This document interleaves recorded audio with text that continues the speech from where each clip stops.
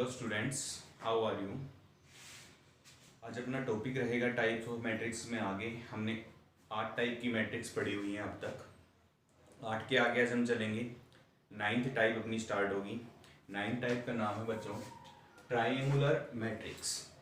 देखो नाम से क्लियर हो रहा है, ट्राइंगुलर मैट्रिक्स मतलब ट्रायंगल की तरह से दिखने वाली मैट्रिक्स। अब आपको पता है ये अगर कोई मैट्रिक्स है, मान लो आपके पास ये अगर कोई मैट्रिक्स है आपके पास 3x3 की, तो ट्रायंगल इसमें कैसे बनेगी? या तो ट्रायंगल आपकी ये वाली बनेगी या फिर ट्रायंगल क्या बनेगी, इसे नीचे वाला पार्ट, मतलब अगर इसको मिला दोगे तो ये वाली ट्रायंगल बनेगी। तो ट्रायंगुलर मैट्रिक्स क्या होगी, नाम से क्लियर हो रहा है कि हमें करना क्या है। ये आपके पास क्या रहेगा, अगर स्क्वायर मैट्रिक्स है तो प्रिंसिपल डायगोनल क्या रहेगा, ये अपने पास प्रिंसिपल डायगोनल। प्रिंसिपल डायगोनल के ऊपर के एलिमेंट या फिर नीचे के एलिमेंट, दो तरीके के एलिमेंट देखने हमने।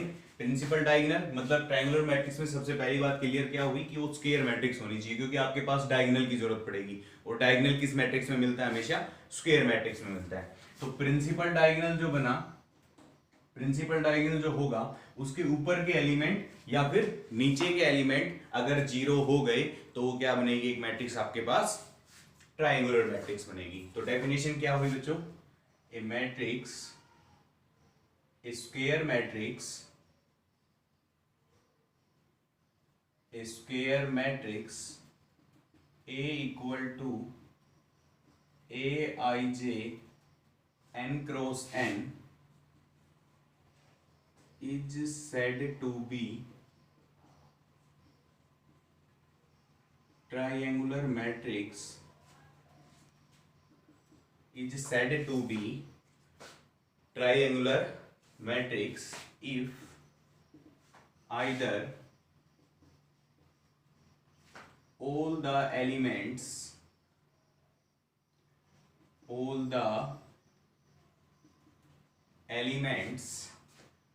above the principal diagonal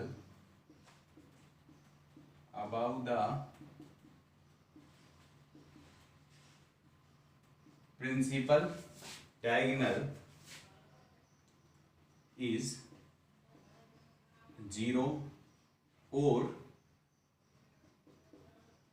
all the elements below the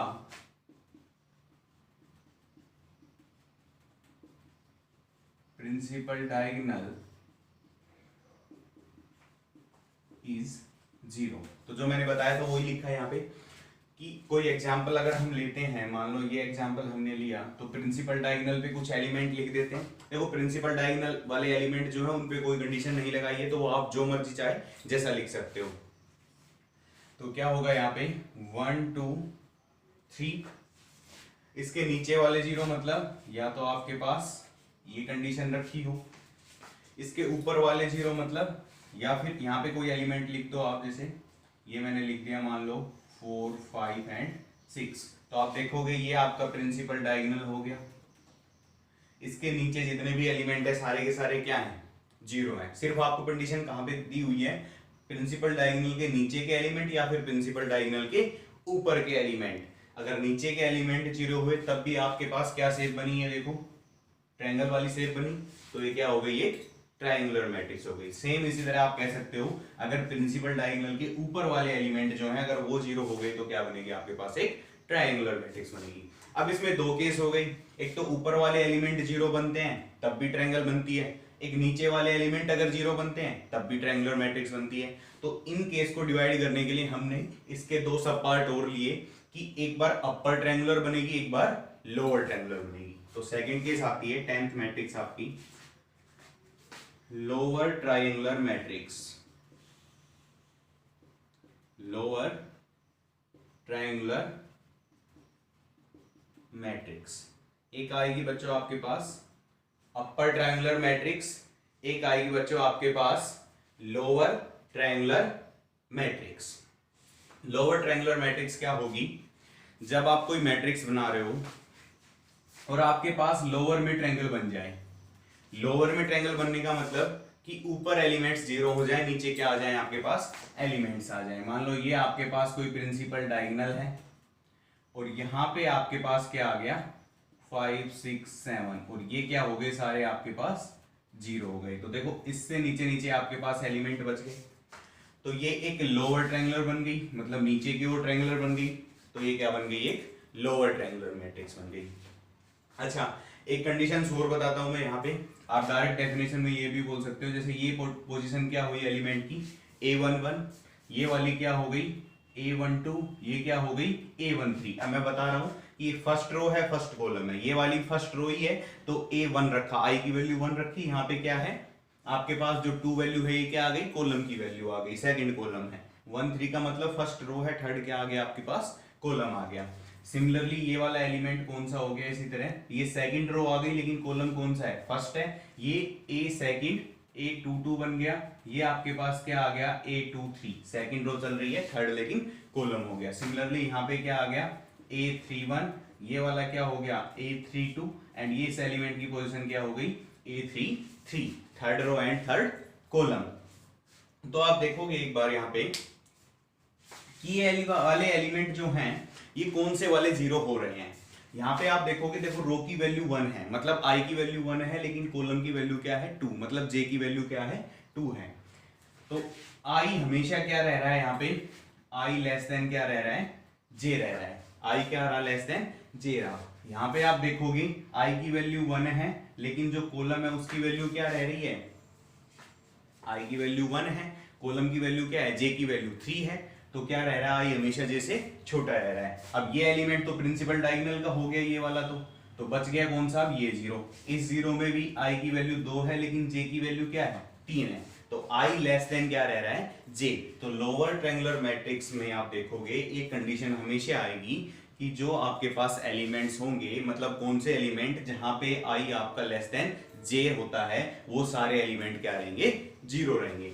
J strictly लगाया है मैंने, इक्वल टू नहीं किया है क्योंकि प्रिंसिपल डायगोनल पे कंडीशन इक्वल टू में भी आ जाती है। यहाँ पे जे आई की वैल्यू भी 1 है, जे की वैल्यू भी 1 है, यहाँ पे आई की वैल्यू 2, जे की वैल्यू 2, यहाँ पे भी आई की वैल्यू 3 एंड जे की वैल्यू 3। तो यहाँ पे आई और जे इक्वल होते हैं किसके ऊपर, प्रिंसिपल डायगोनल के ऊपर, आई इक्वल टू जे, और प्रिंसिपल डायगोनल से नीचे जे जो होता है वो लेस देन क्या होता है आई, और प्रिंसिपल डायगोनल के ऊपर जो जे होता है वो आई से क्या हो जाता है बड़ा हो जाता है।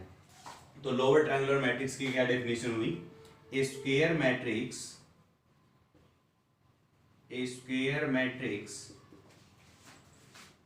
ए equal to A i J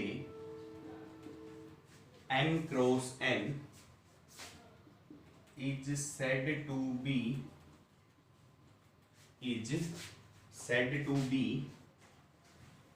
lower triangular matrix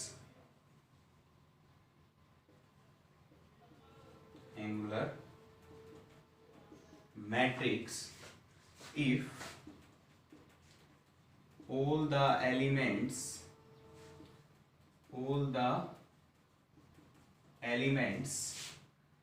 above the principal diagonal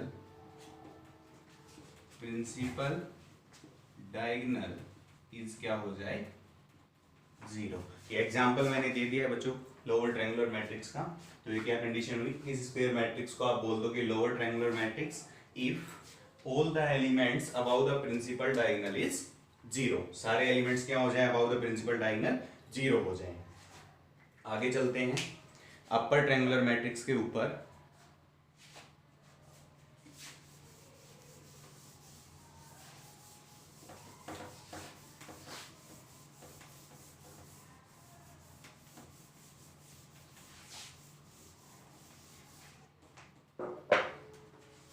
इसके बाद आता है बच्चों आपका upper triangular matrix. Upper triangular matrix क्या हो जाएगा, स्क्वायर मैट्रिक्स लोअर में क्या हुआ था, ये वाले ऊपर वाले एलिमेंट क्या हो गए थे जीरो हो गए थे, इसमें क्या हो जाएंगे प्रिंसिपल डायगोनल के नीचे वाले एलिमेंट क्या हो जाएंगे जीरो हो जाएंगे। Square matrix A equal to A i j n cross n is said to be is said to be upper triangular matrix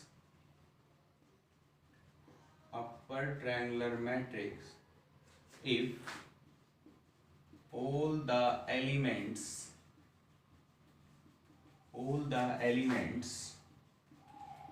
below the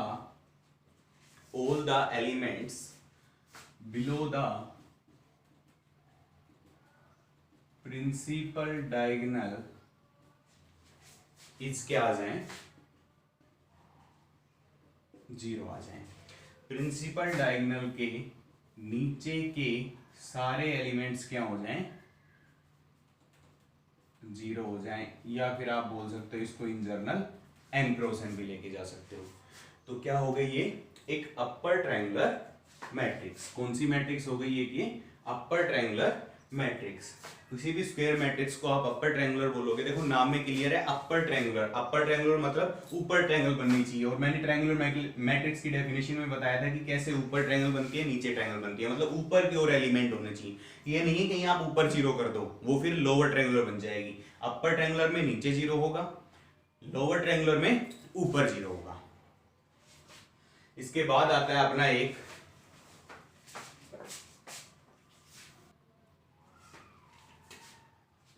तो बच्चों अब एक दो कंडीशंस और बताते हैं इसमें लोअर ट्रायंगुलर और अपर ट्रायंगुलर में। एक दो डेफिनेशंस और देख सकते हो। Square matrix A equal to Aij is said to be upper triangular matrix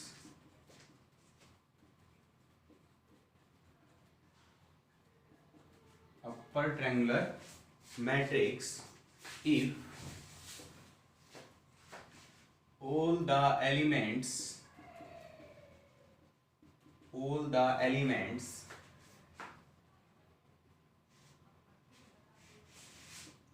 Aij equal to zero.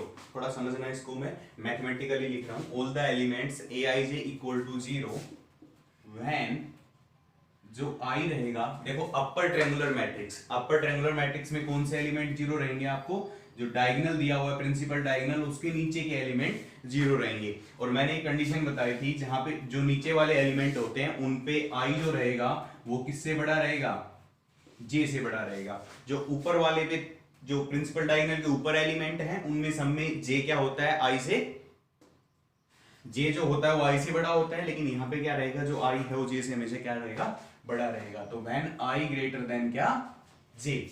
A square matrix A is said to be upper triangular matrix if all the elements Aij equal to 0 when I क्या रहेगा, greater than J रहेगा। दूसरी condition बोल देते हैं, A square matrix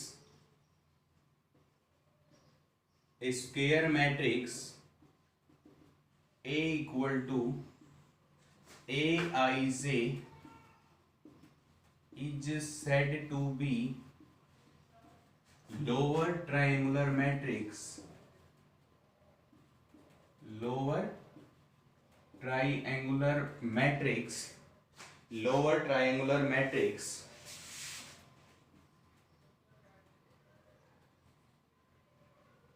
if all the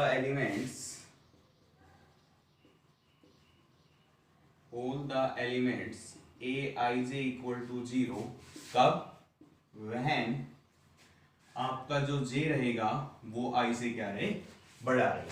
तो ये दोनों कंडीशंस हैं, दो डेफिनेशंस और निकल के आती हैं यहाँ पे अपर ट्रायंगुलर मैट्रिक्स की और लोअर ट्रायंगुलर मैट्रिक्स की। J ग्रेटर देन I मतलब प्रिंसिपल डायगोनल से ऊपर के एलिमेंट क्या रहे, जीरो रहे। तो ये दो कंडीशंस आ गई बच्चों। अब कंडीशंस आती हैं एक और, थोड़ा आगे लेके जाते हैं इसको। आपने एक मैट्रिक्स पढ़ी होगी क्या, नल मैट्रिक्स। एक मैट्रिक्स पढ़ी होगी क्या, नल मैट्रिक्स। अगर आप नल मैट्रिक्स लेते हो जो कि स्क्वायर ना हो, तब तो ना तो डायगोनल रहेगा उसके अंदर, तो ना तो आप ट्रायंगुलर बना सकते हो, ना अपर ट्रायंगुलर ना लोअर ट्रायंगुलर। तो मैट्रिक्स कैसी लेनी पड़ेगी आपको, square null matrix. Square null matrix का मतलब क्या होगा, जिसमें नंबर ऑफ रोज कॉलम बराबर हो और अंदर के सारे एलिमेंट्स क्या हो, जीरो हो। मान लो मैंने 3 क्रॉस 3 की मैट्रिक्स ली, जो एक नल मैट्रिक्स है वो स्क्वायर नल मैट्रिक्स भी है। मतलब क्या हुआ कि इसके नंबर ऑफ रो और नंबर ऑफ कॉलम्स क्या है, इक्वल है। नंबर ऑफ रो और नंबर ऑफ रोज क्या है, इक्वल है। तो एक चीज देखोगे यहाँ पे कि मैंने एक ट्रायंगुलर मैट्रिक्स की डेफिनेशन बताई थी, उसके अंदर बताया था कि कोई मैट्रिक्स को हम ट्रायंगुलर तब बोलेंगे जब प्रिंसिपल डायगोनल के या तो ऊपर के जीरो हो या प्रिंसिपल डायगोनल के नीचे के जीरो हो। बाकी कुछ हो ना हो वो हमें नहीं देखना, हमें सिर्फ वो चीज देखनी है कि प्रिंसिपल डायगोनल के ऊपर के जीरो है या नहीं है। तो प्रिंसिपल डायगोनल एलिमेंट्स कौन से हो गए, ये वाले हो गए। अब इसके ऊपर देखो, आप नीचे वाले भूल जाओ, नीचे वाले देखो ही मत क्या है, ऊपर वाले क्या है, सारे जीरो हैं। तो नीचे वाले जो एलिमेंट बच गए इनको ध्यान ही मत दो, ये क्या बचे हुए हैं, जो ये वाले एलिमेंट बच गए, ऊपर वाले सारे जीरो हो गए ना, ये वाले सारे जीरो हो गए। अब ये वाले सारे जीरो हो गए, इन पे कोई कंडीशन है नहीं कि ये जीरो होंगे या फिर नॉन जीरो होंगे। तो एक तरीके से आप स्क्वायर नल मैट्रिक्स को भी क्या बोल सकते हो, ट्रायंगुलर मैट्रिक्स बोल सकते हो। दूसरी चीज पे आते हैं कि upper triangular matrix. Upper triangular matrix में क्या कहा था मैंने, जहां पे i ग्रेटर देन j हो वहां पे जीरो होना चाहिए, बाकी चाहे कुछ हो चाहे ना हो। तो देखो ये वाली पे तो इक्वल हो गया i और j, और इससे नीचे वाली पे इन तीन एलिमेंट्स के क्या रहेगा, i हमेशा क्या रहेगा, ग्रेटर देन j रहेगा। और आप देखोगे तीनों के तीनों क्या है, जीरो है। तो ये इसका एग्जांपल भी बन गया एक अपर ट्रायंगुलर मैट्रिक्स का। सिमिलरली आप लोअर ट्रायंगुलर में आओगे तो ये वाले जो एलिमेंट्स हैं यहाँ के ऊपर हमेशा क्या रहेगा, j ग्रेटर देन क्या रहेगा, i रहेगा। तो एक एग्जांपल बन गया किसका, लोअर ट्रायंगुलर मैट्रिक्स का। क्योंकि हमने कंडीशन सिर्फ एक ही केस में देखनी है कि जो ऊपर वाले एलिमेंट्स है वो जीरो होने चाहिए, नीचे वाले चाहे हो चाहे ना हो, क्या लेना क्या देना उससे हमें कोई मतलब नहीं है, लेकिन ऊपर वाले मस्ट बी जीरो। तो ये था एक एग्जांपल। इसके बाद चलते हैं भाई, नेक्स्ट आपका आता है singular and non singular matrix. यहां पे आपकी टाइप्स खत्म हो जाएंगी, उसके बाद आगे भी आएंगी टाइप्स, लेकिन अभी के लिए इतनी टाइप्स हैं आपके पास। फिर आगे स्टार्ट होगा आपका एक नया टॉपिक, ट्रांसपोज वगैरह। तो इसके बाद आता है सिंगुलर मैट्रिक्स।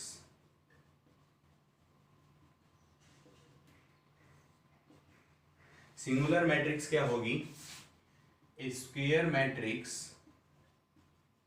डिटर्मिनेंट सभी को निकालना आता होगा। Square matrix A equal to Aij is said to be singular matrix, is said to be singular matrix if determinant of A, ये सिंबल डिटर्मिनेंट का है, ए अंदर लिखा हुआ है दोनों साइड आपका मोड का सिंबल, ये एक डिटर्मिनेंट का सिंबल है। If determinant of A equal to क्या आ जाए आपके पास, जीरो आ जाए। जैसे फॉर एग्जांपल अगर हम लें कि कैसी मैट्रिक्स लें कि उसका डिटर्मिनेंट ऑफ ए जीरो आ जाए, तो यहाँ पे आप 2 रख लो, यहाँ पे 0 रख लो, यहाँ पे 3 रख लो, यहाँ पे क्या रख लो, 0 रख लो। तो देखो क्या हुआ, इसका डिटर्मिनेंट ऑफ ए निकालें। यदि मैट्रिक्स ऑफ ए आपके पास ये दी हुई है 2 क्रॉस 2, तो इसका डिटर्मिनेंट निकालोगे तो क्या होगा, 2 इंटू 0 माइनस 3 इंटू 0। तो 0 माइनस 0 इक्वल टू क्या आ गया, 0। तो डिटर्मिनेंट ऑफ ए आपके पास क्या आ गया, आपके पास 0 आ गया। क्रॉस मल्टीप्लाई करते हैं 2 क्रॉस 2 की में, इसकी मल्टीप्लाई की फिर माइनस इसकी मल्टीप्लाई की, तो ये आ गया आपके पास क्या, डिटर्मिनेंट ऑफ ए। सभी को निकालना आता है, सिंपल सी चीज है, +2 करके आ गया आप सभी। Determinant of A equal to क्या आ गया, 0 आ गया। तो ये कैसी मैट्रिक्स बन गई, एक आपके पास सिंगुलर मैट्रिक्स बन गई। इसके बाद आता है नॉन सिंगुलर। देखो नाम में ही क्लियर हो रहा है, अगर सिंगुलर में डिटर्मिनेंट 0 है तो नॉन सिंगुलर में क्या हो जाएगा, डिटर्मिनेंट नॉन जीरो हो जाएगा। Square matrix A equal to Aij is said to be non singular